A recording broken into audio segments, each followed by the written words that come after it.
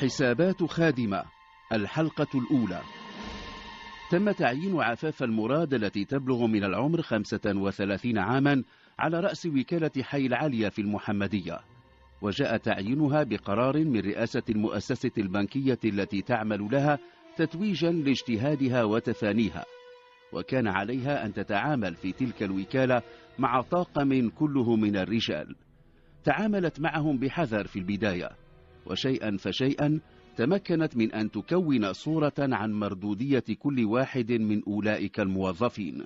كان عزيز الملاقي الشاب ذو 32 ربيعا يعمل أمينا للصندوق في تلك الوكالة، وكانت عفاف تعي أهمية وحساسية العمل الذي يقوم به، ولذلك بدت تركز عليه.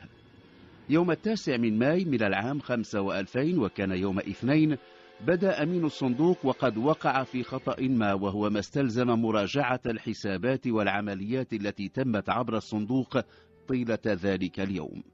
ظلت عفاف في الوكالة رفقة عزيز 3 ساعات بعد إغلاق الوكالة.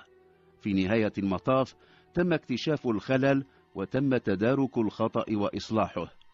لم تبد عفاف استغرابا كبيرا، فقد تعودت على مثل تلك الأخطاء خلال السنوات 12 التي قضتها كموظفة في تلك المؤسسة البنكية. هي أخطاء عادة ما تنتج عن الضغط الذي يواجهه المسؤول عن الصندوق. وبما أن الوقت كان متأخرا، فقد بادرت عفاف مديرة الوكالة الجديدة بدعوة عزيز إلى تناول العشاء في مطعم يقع غير بعيد عن الوكالة. في الحقيقة رأت عفاف ذلك المساء فرصة للاقتراب أكثر من الشاب. كانت قد شدت انتباهها منذ بضعة أيام أناقته ولباقته في الحديث، كان قد احتل قلبها من حيث لا تدري. ذلك المساء حرصت عفاف على أن لا يمضي حوارهما أبعد من الحدود التي يحتمها موقع كل واحد منهما في الوكالة، فهي دعته إلى العشاء باعتبارها مديرة للوكالة البنكية، هذا رسميا، ولكنها في قرارة نفسها كانت تتمنى لو يكون فارس أحلامها كما حلمت به منذ سنوات. لم يكبح أحاسيسها مستوى تعليمها الذي يفوق بسنوات ومراحل مستواه التعليمي. باختصار أعجبها الشاب. كان عزيز قد تلقى تلك الرسالة التي كتبتها النظرات ونبرات الصوت أثناء الحديث.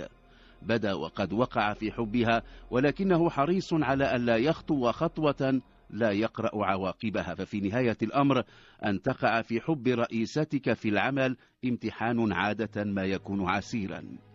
مضى عزيز يستشير أقرب أصدقائه في الوكالة، نصحه أن يمضي مباشرة إلى الهدف وأن لا يضيع وقتا في اللف حول جوهر الموضوع. قال له أن يبادرها ويبوح لها بما يحس به نحوها. يومها اتخذ القرار وعزم. كان يعدها مخاطرة، وقد اغتنم فرصة تأخرها ذات مساء في العمل وكان معا، ودعاها إلى العشاء. في الحقيقة فاجأته لما قبلت الدعوة بفرح واغتباط. كانت مقدمته ثناء على طريقتها في تدبير شؤون الوكالة، وبشكل خاص لطف معاملتها له. ردت أن ذلك إنما هو بفضل إتقانه عمله وتقديرها لذلك. أضافت أنها تحسن الظن به. رأى عزيز أن المرأة الشابة تفتح أمامه الأبواب، وما عليه إلا أن يخطو الخطوة التالية. لم يتردد، قال لها إنه يكن لها احتراما كبيرا. ابتلع ريقه وأضاف أنه سيكون سعيدا إن هي قبلت به زوجا. تظاهرت بأنها لم تفهم قصده، تظاهرت وهي تعلم علم اليقين الذي يريده عزيز، وتحقق لها ما تريد، إذ أردف أنه يريدها زوجة على سنة الله ورسوله. ابتسمت وهي تنظر إلى المائدة. هي لم تعلن صراحة موافقتها، ولكنها لم ترفض. بعد أن تناول العشاء رافقها حتى باب بيتها. استأذنها إن كان باستطاعته أن يزورها. نظرت إليه وهي تبتسم، قالت إنها تشترط أن يكون مصحوبا بوالديه. ليلتها لم يغمض لعزيز الملاقي جفن. بعد أيام، إذا ما سارت الأمور وفق ما يتوقعه، سيصير زوج السيدة مديرة الوكالة. في الحقيقة بعد شهر زفت إليه عفاف، وبقدر ما سعد عزيز بزواجه من مديرته بقدر ما ساء ذلك إدارة المؤسسة البنكية التي رأت أنه من غير المقبول أن يظل في وكالة واحدة. وحتى لا يكون قرار نقل عفاف بصيغة الإجراء التعسفي، فقد تمت ترقيتها إلى رتبة أعلى، وتم تعيينها على رأس مصلحة القروض الصغرى التي توجد في المقر المركزي للمؤسسة البنكية. لما رحلت عفاف عن الوكالة عوضها في المنصب واحد من ألد خصومها، وكان عزيز يتوقع أن يحاول الانتقام منها في شخصه هو. بعد بضعة أيام صار يحس ببوادر توجه المدير الجديد لوكالة حي العالية، وكانت المضايقات الأولى التي تعرض لها كفيلة بإحياء مشروع طالما حلم بتحقيقه، أن يفتح محلا للصيرفة. وجد عزيز في زوجته عفاف خير معين على تحقيق المشروع الذي يحلم به منذ أمد بعيد. كانت له فيلا في شارع محمد الخامس اتخذ من طابقها السفلي محلا لصرف العملات. لما انتهى من تجهيز المحل قدم استقالته من وظيفته في البنك. كان نشاطه الجديد يتيح له العمل وفي الآن نفسه الإشراف على تدبير شؤون البيت. كانت عفاف زوجته تستقل القطار كل صباح إلى الدار البيضاء ولا تعود إلا في المساء.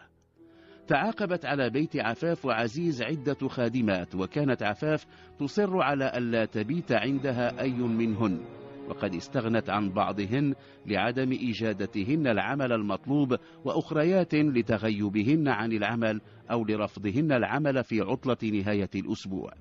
بدا المسلسل وقد انتهى. كذلك ظنت عفاف يوم استقدمت شابة متحجبة للعمل.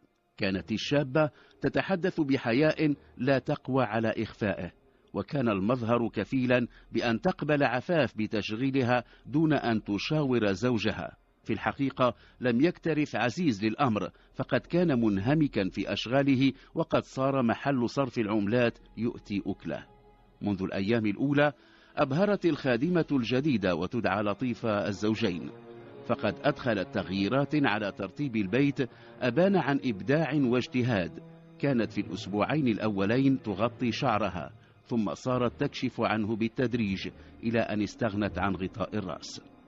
كان عزيز يتحاشى الدخول إلى البيت خلال النهار حين تكون لطيفة موجودة، وصار يتناول وجبة الغذاء في غرفة النوم. كانت الخادمة تغير في كل يوم من ملبسها، وكان هو يخشى الوقوع في شركها ويتفادى أن يختلي بها. ثم صارت لا تقيم اعتبارا لأي من الحدود التي كان يقيمها عزيز، ومع ذلك فإنه لم يشكو أمرها إلى زوجته. كانت تتقن عملها، وكان ذلك ما يغفر لها كل زلاتها وهفواتها وتخطيها الحواجز. لم تتوقف الشغالة الشابة، صارت تستفز عزيز.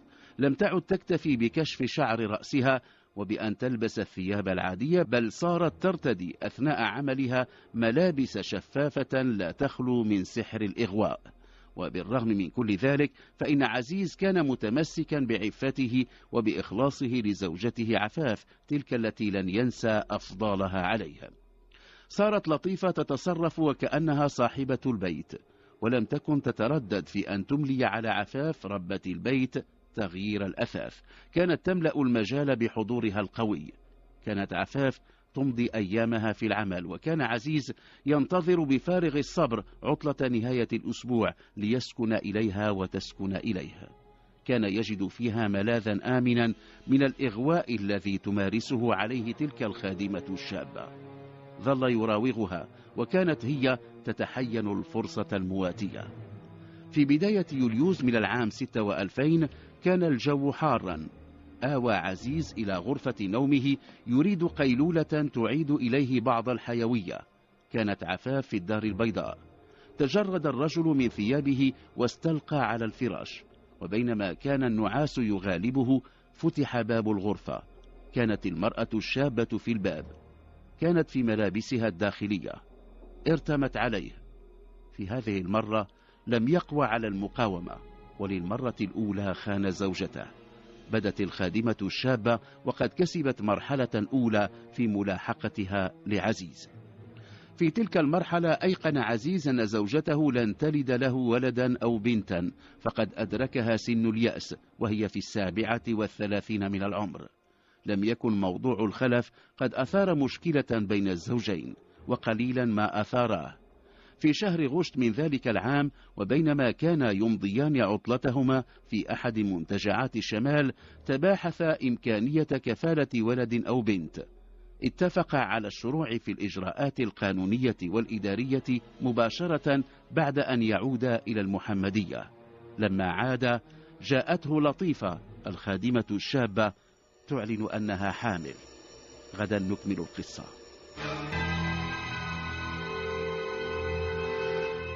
حضرت لطيفة تحمل الوليد بين ذراعيها. قالت لعزيز إنه ابنه وعليه أن يأخذه. فوجئ بأن لطيفة تلك الخادمة التي تتقن الغواية لم تجري عملية إجهاض كما كان اتفق معها. تحليل الحمض النووي أثبت أنه ابنه من صلبه. حمله إلى البيت وأقنع زوجته عفاف بأن الطفل الذي كان قد وعد بالتكفل به قد جاء. اختفت لطيفة 6 سنين، ثم ظهرت امرأة ثرية. ملفات بوليسية، قصص من ملفات الشرطة المغربية، كتبها الأستاذ عبد اللطيف بوحموش، صاغها للإذاعة ويقدمها عبد الصادق. ليس إلا ملفات بوليسية.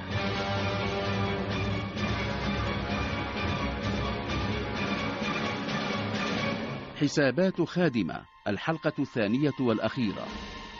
لما عاد عزيز الملاقي وزوجته عفاف المراد من العطلة، أسعدهما كثيرا أن وجد لطيفة الخادمة وقد أضفت على المنزل ترتيبا بديعا. أكثر من ذلك، فقد فكرت في دفع ربة البيت إلى شراء أثاث جديد، ودلتها على محل رأت فيه بعض قطع الأثاث التي راقتها. لم تكن عفاف لتمانع، فقد صارت ثقتها كبيرة في تلك الخادمة التي من فكت تبهرها. في عمق المشهد كان عزيز يسترجع تلك اللحظات التي خان فيها عفاف زوجته مع تلك الخادمة التي امتلكت قلبها.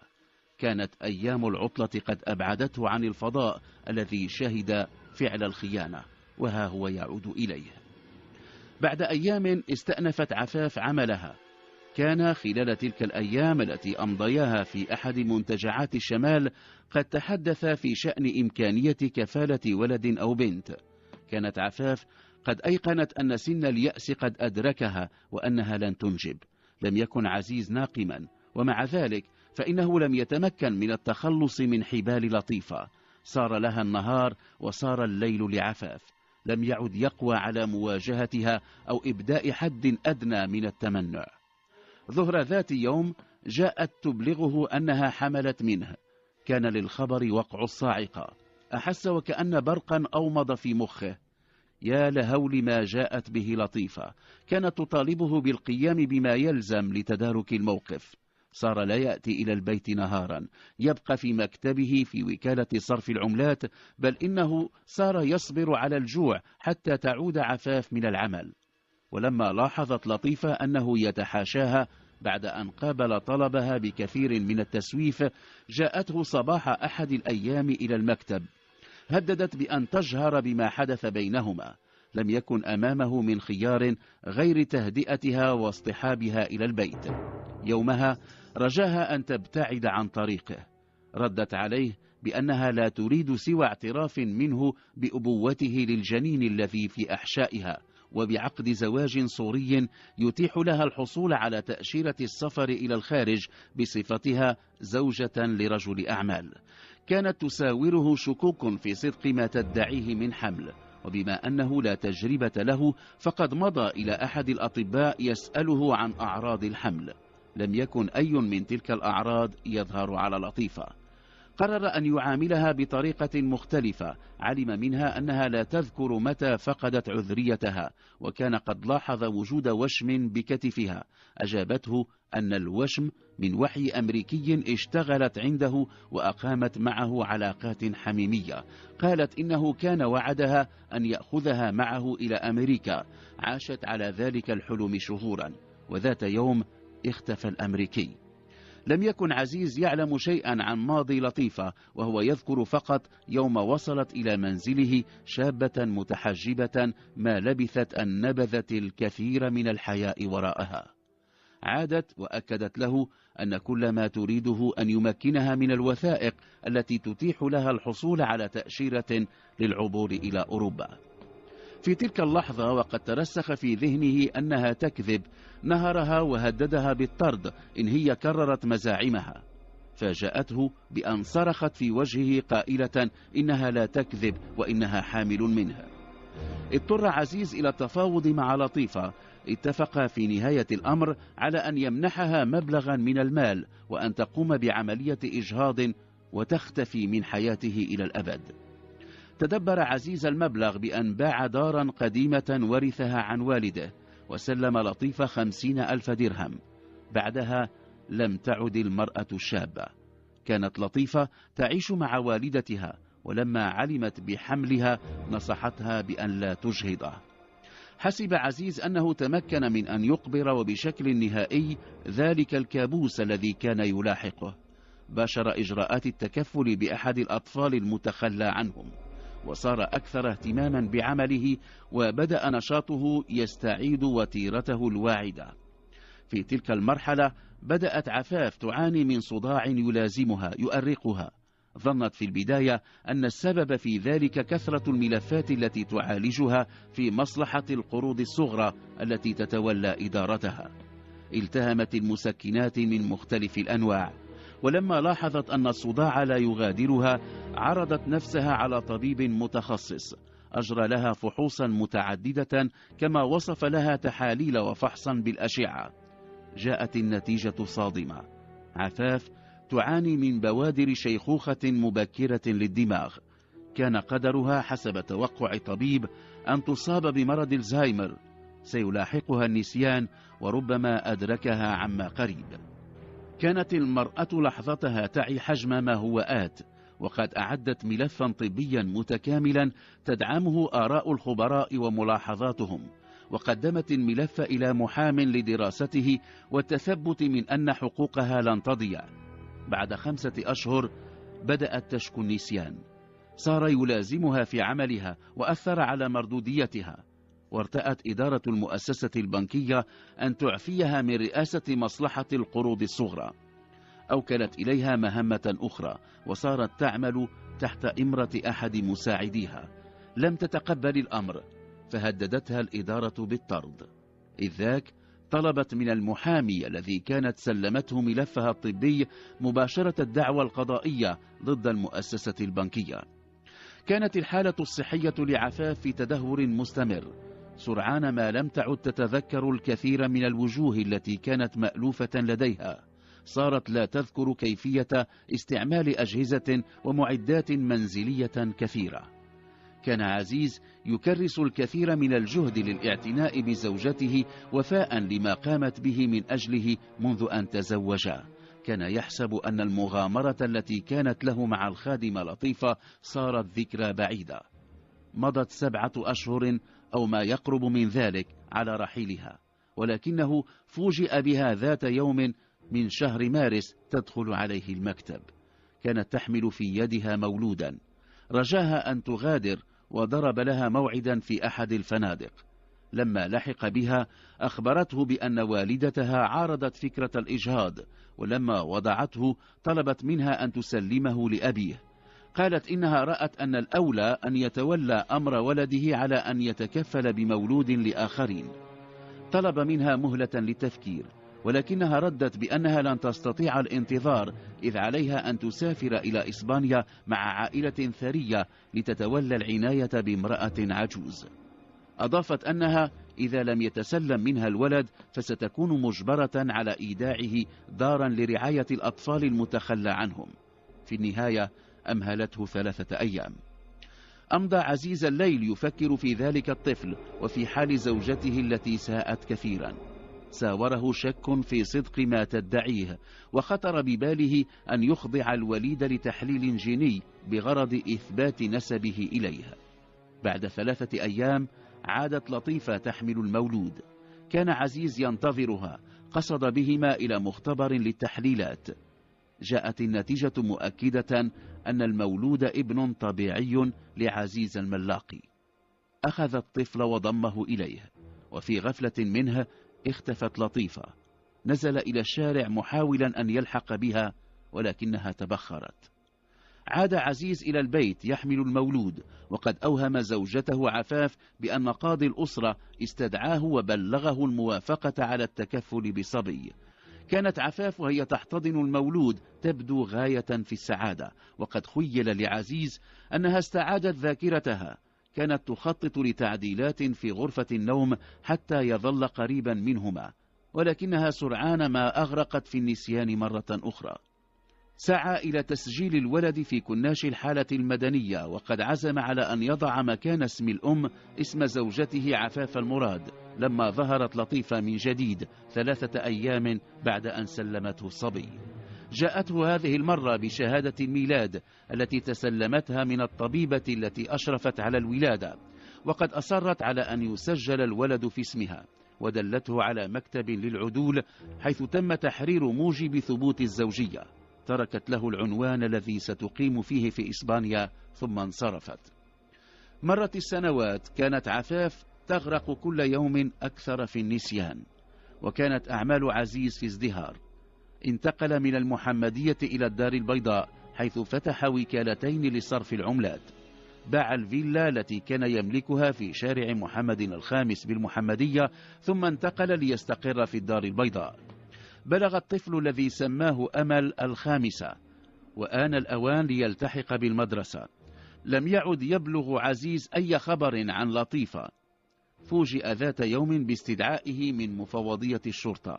لما حضر طلب منه أن يتقدم لدى مفوضية الشرطة في المحمدية إلى مكتب العميدة زهراء اللوى المكلفة بشؤون الأسرة. أبلغته العميدة أن لطيفة الكردال تطلب تمكينها من صلة الرحم مع ولدها أمل، وطلبت منه أن يحضر الوثائق التي أدلى بها لتسجيل الطفل. لما عاد في المرة الثانية وجد في مكتب العميدة امرأة أخرى حسبها من الشرطة، ولكنه رفع بصره إليها لما سمع العميدة تشرح لها السبل التي تتيح لها صلة الرحم مع ولدها. هي لطيفة تلك الماثلة أمامه، تبدو وقد نالها غنى كبير. علم أنها تقدمت بشكاية ضده، تلتها مذكرة بحث لما تبين لها أنه رحل عن المحمدية، ولأنها لم تكن تعرف عنوانه الجديد. وافق على أن تزور ابنها في منزله على أن لا تشعره بأنها أمه، فقد ترعرع لا يعلم له أما غير عفاف. أخيرا تمكنت من أن تحضنه وتضمه إلى صدرها. آلمها ما حل بالسيدة البيت.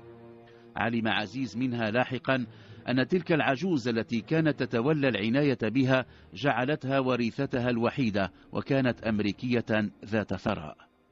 اقترحت على عزيز القيام برحلة إلى الولايات المتحدة الأمريكية لعرض عفاف على الأطباء المتخصصين في أمراض الدماغ. بعد عودتهم من تلك الرحلة، وقد ثبت أن لا أمل لشفاء عفاف من مرضها، تطوعت لطيفة للعناية بها. قالت إنها فرصة تبقيها قريبة من ابنها، وهكذا عادت إلى بيت عزيز زوجة ثانية هذه المرة. ملفات بوليسية.